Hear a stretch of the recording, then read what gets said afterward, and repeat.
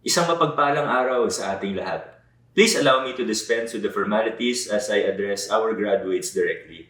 Sa mga magsisipagtapos to the Ateneo de Manila University Loyola Schools Batch of 2021, congratulations to all of you.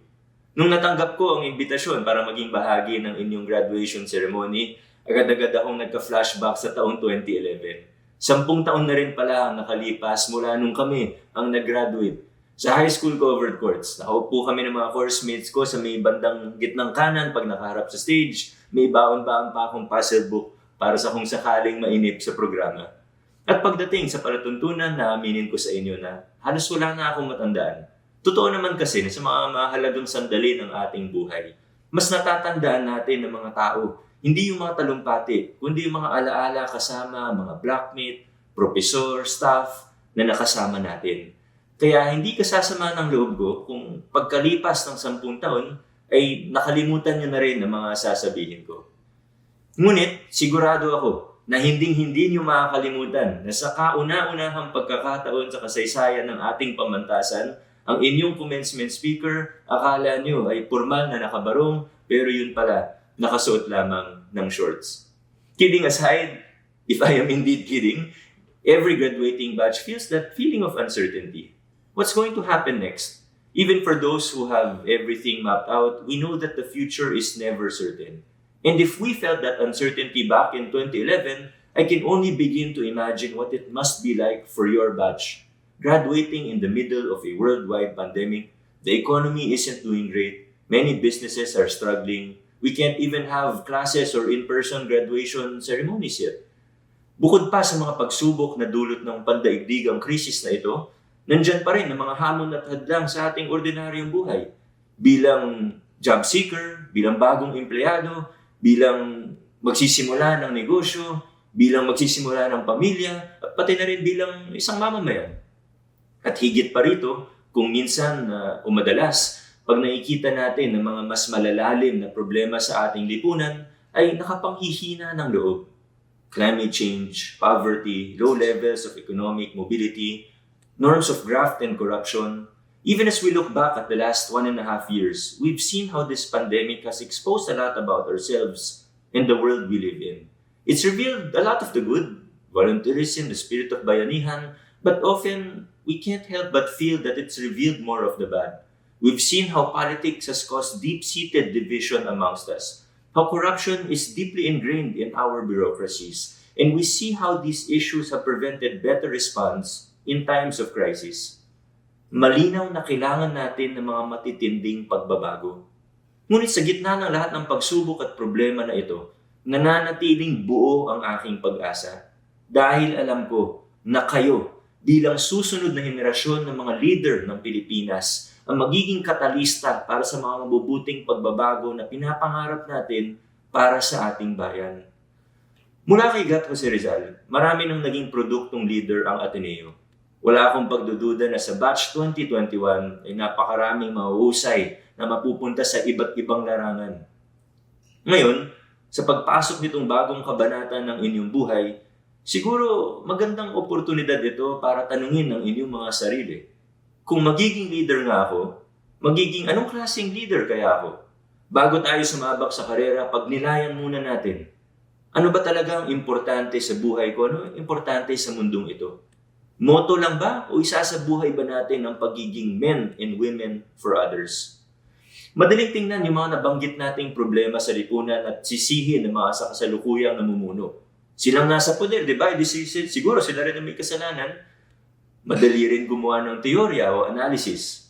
Sa mga kapwa ko political science major, madali para sa atin sabihin ang halimbawa na may korupsyon dahil sa kahinaan ng mga formal at informal na institusyon sa ating demokrasya. Sa isang banda, totoo naman to eh. Alam naman natin yun. And it's only right that we demand accountability from people in power.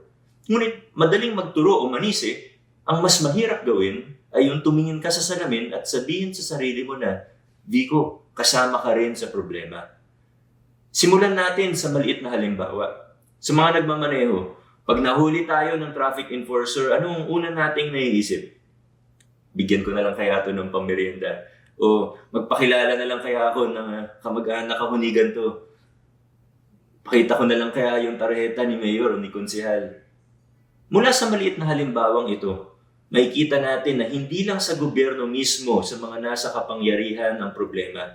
Mga bagay katulad ng padrino o palakasan system, yung lagayan at marami pang iba ay nakaugat na hindi lang sa gobyerno kundi sa kultura natin mismo. Makikita natin to sa ating pang-araw-araw na pamumuhay. Bilang mga Atenista, madalas nating kinakanta, "Down from the hill, down to the world go I." At bilang mga kabataan, sa inyong pagbaba, tiyak na umaalab sa inyong mga puso ang idealismo at ang kagustuhang magpakilala ng mga pagbabago sa ating lipunan. But sooner rather than later, you will be tested. Your character will be tested. Kapag inutusan ka na ng boss mo na suhulan ng isang opisyalis, gagawin mo ba ito? Kapag meron ka ng sariling negosyo, idedeklara mo ba ang totoong income at magbabayad ka ba ng tamang buwis? Kapag may posisyon ka na sa gobyerno, anong gagawin mo kapag may nadiskubre kang lumang kalakaran ng korupsyon sa inyong opisina? Magiging tapat ba tayo sa Diyos at sa ating kapwa sa gitna ng masalimuot na pagsubok? Maninindigan ba tayo kahit na ang ibig sabihin nito ay may magagalit sa ating kaibigan? If we truly aim to be men and women for others, it will never be easy. But the good news is, we should remain in high hopes, foremost looking from a wider perspective. No matter how bad things seem at any given moment, we can look at the trajectory of our history and say that things are indeed getting better. Let's take a look at statistics on education, poverty, and we will see that things have generally gotten better, at least decade by decade, with very few exceptions. And the truth is, historically speaking, whether here or around the world, the biggest changes and the greatest reforms have always been backed, if not initiated, by the youth. This might sound a little bit cliche, but if we want things to improve, there's no one else who's going to do the job but you. The even better news is that your generation has a unique opportunity and place in history because, and this is why my hope remains high, no generation in history has had the tools to succeed and to effect change that you have at your disposal today. Your generation has the potential to make changes faster than any generation has done before. At the palm of your hands, you have nearly instant access to more information than Albert Einstein could have possibly seen in his lifetime. You're more exposed to different perspectives and viewpoints and philosophies from all around the world compared to Martin Luther King, Winston Churchill, or other great leaders of the past. The organization building that took Andres Bonifacio and our national heroes months or even years to do can now be possible in unbelievably short periods of time. Communication is instantaneous. Networking is limitless. You have the opportunity to do things differently, to disrupt industries, create new business models, to challenge norms, to simply do things in a different and hopefully better way. And so, as you take on new responsibilities and roles of leadership, as you take your idealism and head down from the hill, I urge you to dream audaciously and act courageously.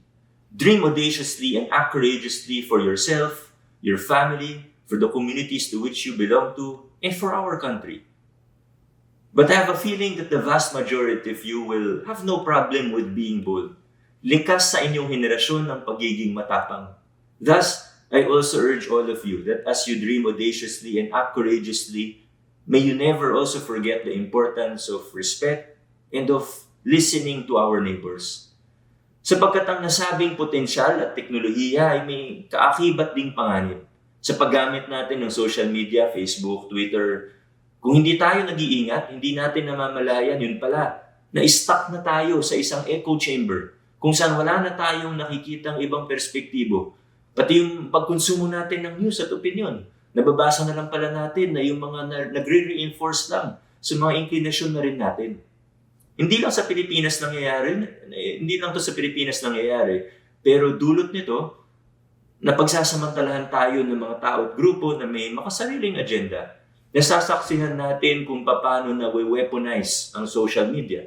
Nawawala ang maayos na diskurso at ang mga espasyo para sa pakikipagtalastasan. Sa politika, pabor ito sa mga gutom sa kapangyarihan.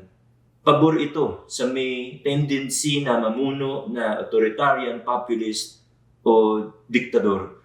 Imbis na mapalapit tayo sa isa't isa, dahil sa mas pinabilis na komunikasyon, lumalalim ang hidwaan sa ating lipunan. Please don't get me wrong. I'm not saying to be neutral. We shouldn't be. We should always act and speak in accordance with our values and beliefs. Ngunit wika ni Haring Solomon, may takdang panahon para sa lahat. May panahon ng pagpunit at panahon ng pagtahi. May panahon ng pagtahimik at panahon ng pagsasalita. A time for everything. And the time to fight will never come before a time to listen. So I strongly urge all of you, at alam ko mahirap gawin to. Ang hirap para sa akin, ako mismo nahihirapan gawin to. But we have to seek out the opinions of others. Let's talk to people with different perspectives. From time to time, let's make an effort to listen to people from outside our echo chamber. If you think LeBron James is the greatest basketball player of all time, talk to someone who likes Michael Jordan, and vice versa. A little less trivial, if you have a friend who is an anti-vaxxer, politely engage him and her and show them good reputable sources as to why vaccines are safe and effective. If you are pro-Duterte, talk to someone who is anti-Duterte. If you are anti-Duterte, talk to someone who is a diehard supporter. And even if you don't reach an agreement, remain friends after that. Walang mangyayari sa atin kung masyado tayong ma-pride, kung puro block agad, unfriend ka agad. Kung pagtatawanan natin, umumurahin na natin kagad porkit magkaiba tayo ng pananaw sa buhay. It's not that easy to strike the balance between fighting for what you believe in and for showing respect and not being stuck in your own echo chamber. And reality is the whole world is still trying to figure things out.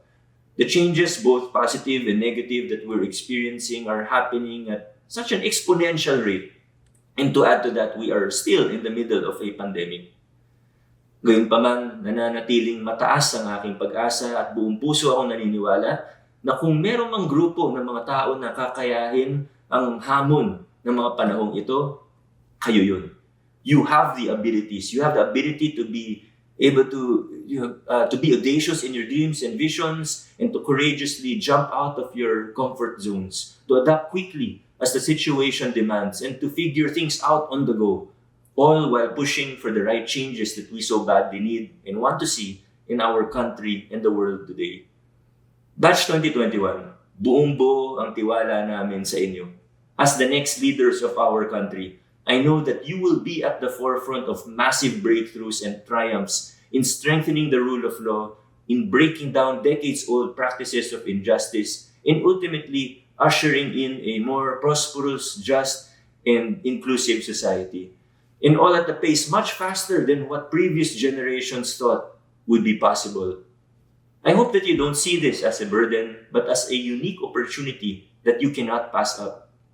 Surely, the Atenean education and the values that have been instilled in you during your time in Ateneo, whether at the Loyola Heights or through the Zoom University Annex, will help you. The times ahead will be challenging, daunting. We will never really be 100% ready for life's challenges. But the right time to take risks, to be more active in the community, to participate in governance, to be aggressive in pushing for the changes that we want to see, to try to do things in a way that other people might have thought before is crazy or impossible. The time is now. Your time is now. At gaya nga ng sabi ni Padre Ferriols, lundagin mo, baby. I can't wait to see what the future has in store for you. As you enter into this new chapter of your lives, may God continue to bless and guide you every step of the way. Maraming salamat at muli ang aking malugod na pagbati sa Loyola Schools Batch of 2021.